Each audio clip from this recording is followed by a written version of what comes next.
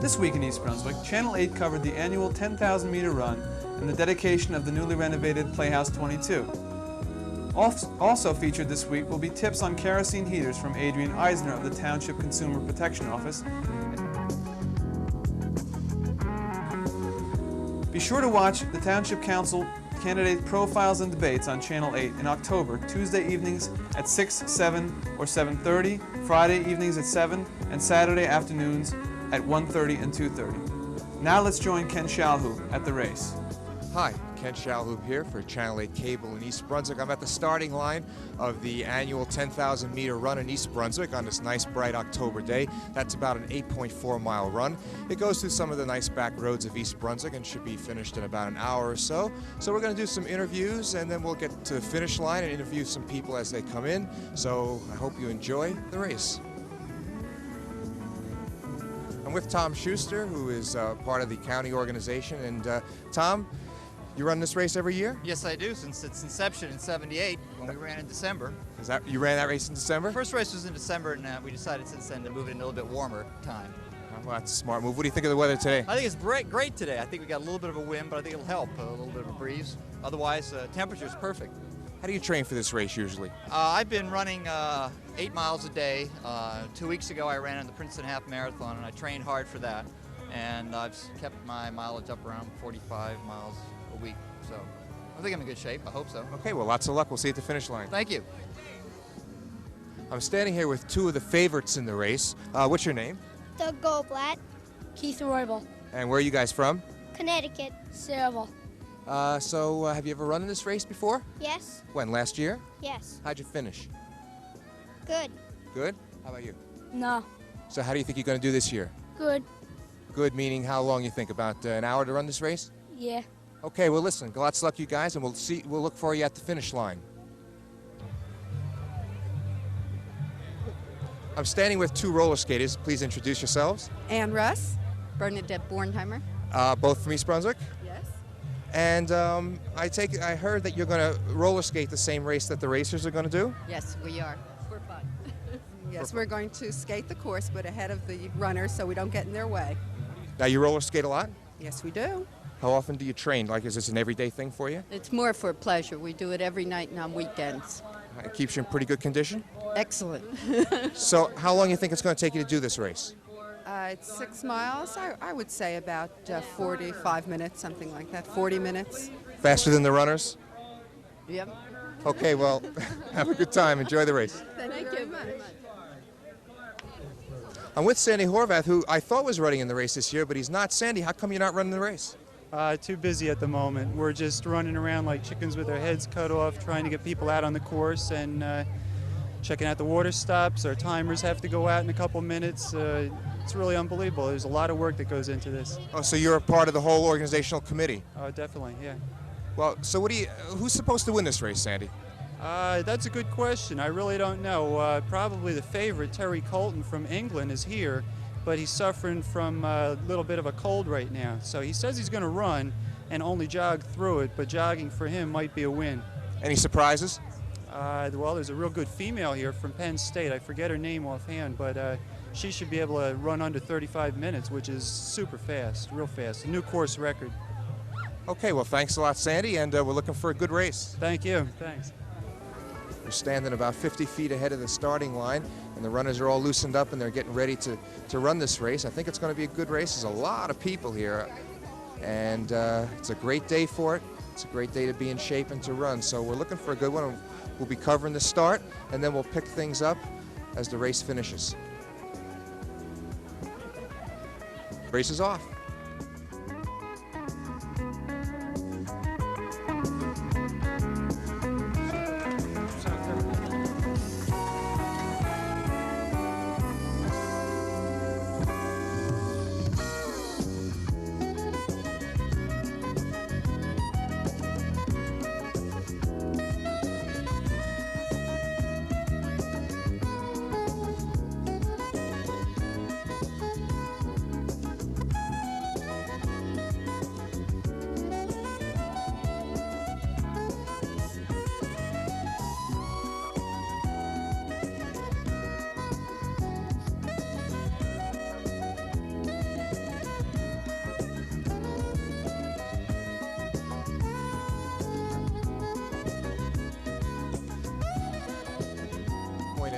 Church Lane and Fresh Ponds Road, we're picking up the roller skaters that we interviewed before.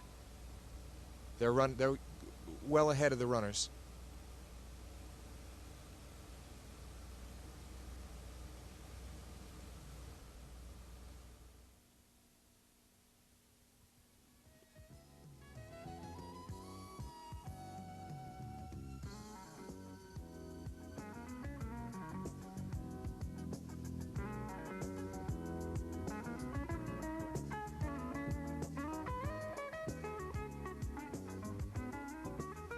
We're right up ahead of the lead runner, runner number 839.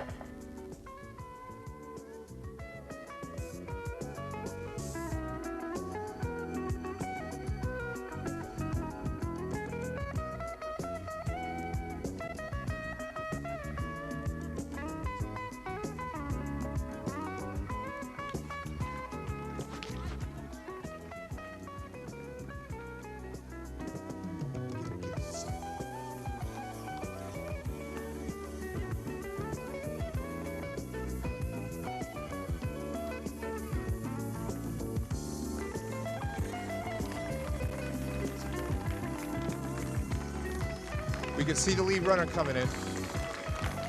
Everybody's clapping. Time's just over 30 minutes. Runner 839, he was in the lead. There he goes across. He was in the lead when we were at Church and Fresh Ponds too. 30:41 was the time. Next runner coming in, runner 772. And appropriately, the music is from Chariots of Fire as the third runner comes in. Runner 1440, finishing at 31:45.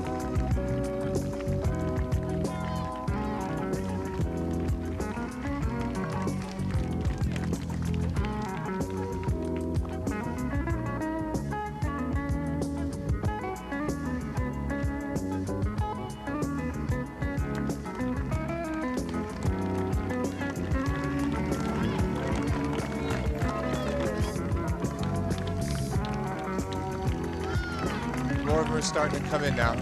5th, 6th place winners. Comes a man sprinting, number 1436, sprinting to the finish.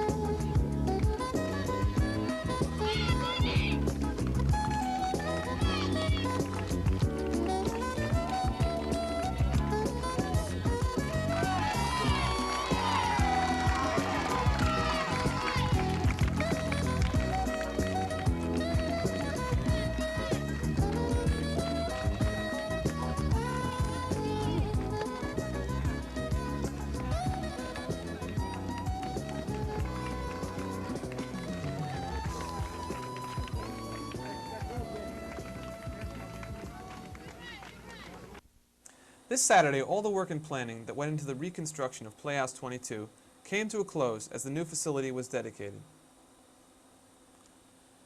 Many local theater goers, as well as state officials and local officials, were on hand as John Runyon honored the many people who contributed much time and effort. Here are Mayor Fox comments and reads a township proclamation. Now we have this marvelous space. The players, after wandering for 22 years like Bedouin in the desert, found a home. And I think we should all feel very very good about that. It's easy, I think, to take credit for things, but it's not easy to recognize that leadership really doesn't necessarily cause the details to happen. And there are an awful lot of people who have contributed to this project. You know, it's interesting. I was thinking as Elliot was talking, the players have been here for 25 years. They were here for 22 years without a home. And during that time, they were active. They were producing plays almost every year. People were going to see them, and yet there was not the visibility that they have gotten in the last couple of years. And I think that's because a group of players without a theater, you know, there's something missing. And this theater without players would just be an empty building. And so the two things coming together represent, I think, a happy combination that will stand our community in good stead for years and years into the future. And now I know that you're all waiting for the Mikado, but I do have a proclamation that Dolly made me read. But it's short. Whereas the East Brunswick Community Players are celebrating their 25th anniversary this year in their newly renovated Playhouse 22. And whereas the community players have presented Broadway hits at appropriate prices, thus providing taxpayers and their families an opportunity to explore and enjoy live theater. And whereas the community players have been producing quality entertainment, thus enriching the cultural life of East Brunswick. And whereas over the past 25 years, many charitable organizations have benefited through the players' productions. Now therefore, I, William F. Fox, Mayor of the Township of East Brunswick, hereby proclaim the month of October East Brunswick Community Players Month in recognition of Live Theater Month. Yay.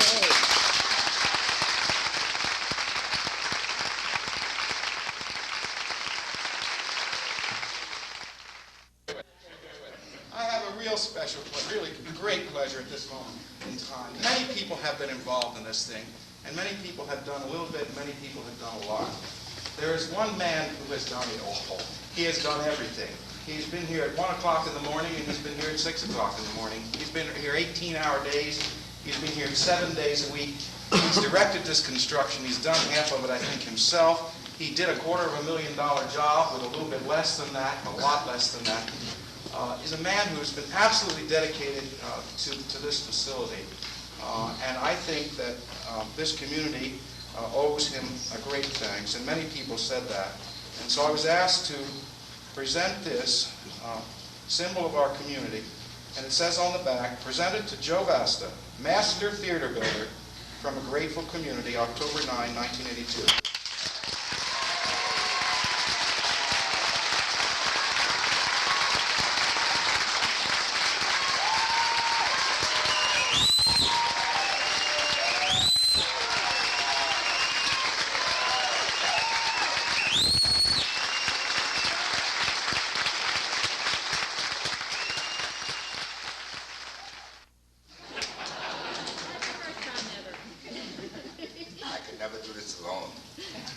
I'm not allowed in the house until my wife was the one that was the start of all this, really. And like I said, I'm not allowed home unless I get it finished. But we do need your help to fill in these other places. I ran out of money long ago. Bob Bergoshi was on my back constantly for more money. But I need it, and we want to give you the best. And I want to get in the show myself, so let's hurry it up.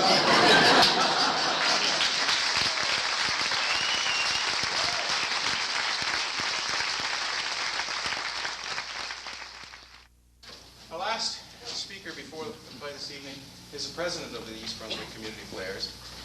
She's Joe Vasta's wife. Dolly, as many of you know, is the arts coordinator for the community. She's been involved with the community players since the very beginning, and she's been president the last few years as the community players have moved into these facilities. And Dolly is, in fact, the driving force. When she asks you to do something, she asks you to do it, and she asks you to do it. She checks up on you. She's a true leader. She's done a marvelous job. She doesn't give up. She'll never give up. And that's why we have what we have here tonight. She's a marvelous human being and a good actress, too. Ladies and gentlemen, Dolly Best.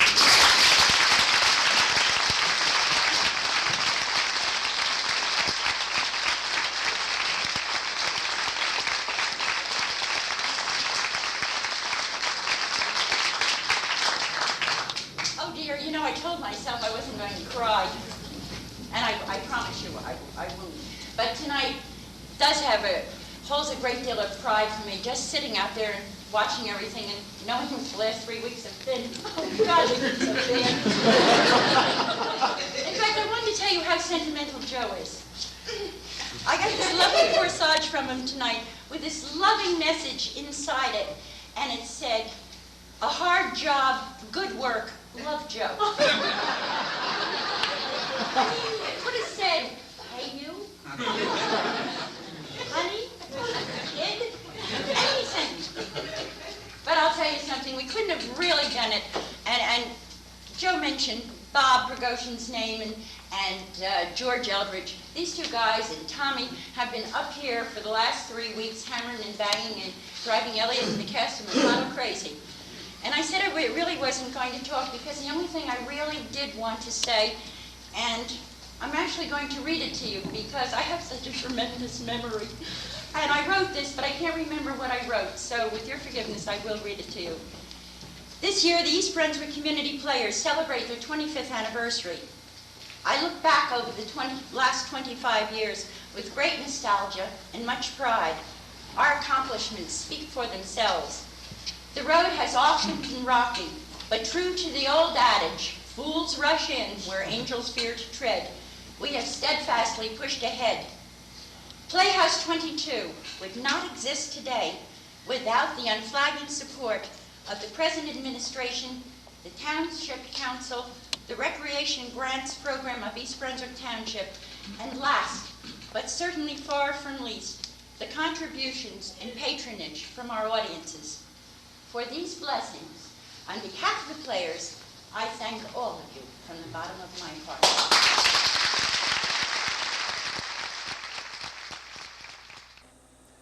The players will be presenting performances of the Mikado Thursday, Friday, and Saturday evenings at 8:30 and a Sunday matinee at 3 p.m. Now this week's installment of Consumer Aware. Hello, I'm Adrienne Eisner of the East Brunswick Consumer Affairs Office. Welcome to Consumer Aware. As the weather begins to get cooler, you might be considering the purchase of an unvented portable kerosene heater. Since the fall of 1981, as people began their search for more economical ways to provide for warmth and comfort, there has been a rapid increase in the sale of unvented, freestanding, portable kerosene heating units. As a result, much controversy has developed concerning their safety. Manufacturers claim that unlike those heaters sold in the mid-1950s, today's heaters are much improved. They point to safety standards that have been written to minimize the risk of fire. However, many officials are still concerned about the risks of fire and asphyxiation. Representatives of the industry point out the positive features of the kerosene heaters. They claim that newer models are equipped with safety devices to ensure extinguishment when the heater is tipped or bumped. They state that if manufacturers' instructions are followed, there is little or no hazard. Many models are listed by approved testing laboratories. New heaters are bottom-heavy, so they don't tip over readily. The fuel tank is designed to minimize leaks and spills. The concerns over kerosene heaters have focused on several issues: the past safety record, speculation about an oxygen depletion hazard, speculation about a carbon monoxide hazard, availability of quality kerosene. The fire hazard problem relates to storage and handling of the fuel, as well as the hazard presented by an operating heater. Problems associated with use of kerosene heaters include use of an improper grade of kerosene, fueling with gasoline, and storage of fuel inside the home. One of the major concerns over the use of unvented kerosene heaters in the past has been the potential for suffocation or asphyxiation if combustion is not complete or ventilation is not adequate. If you decide that you wish to purchase a portable kerosene heater, be certain that it meets New Jersey state codes, that it is UL approved with the numbers 647. That is UL approved with the numbers 647. In addition, there are certain safety precautions you should take. Burn only 1K kerosene.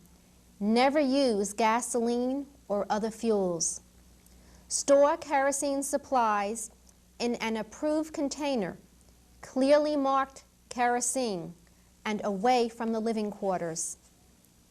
Refill the heater away from living quarters and when the heater is cool. Place the heater away from curtains, furniture, papers, clothes, or other combustible materials. Provide adequate ventilation by opening a door to an adjacent room. If this is not possible, open a window slightly. Read and follow manufacturer's directions for correct operation and maintenance of the heater. And never place your heater in high traffic areas such as hallways or doorways or in windy or drafty locations. Never allow children to operate or refuel the heater. When turning the heater off, make sure the flame is completely extinguished, and always extinguish the heater before going to sleep.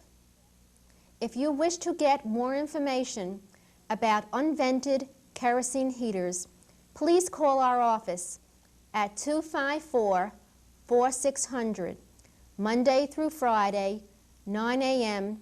to 1 p.m. And thank you for joining me on Consumer Aware.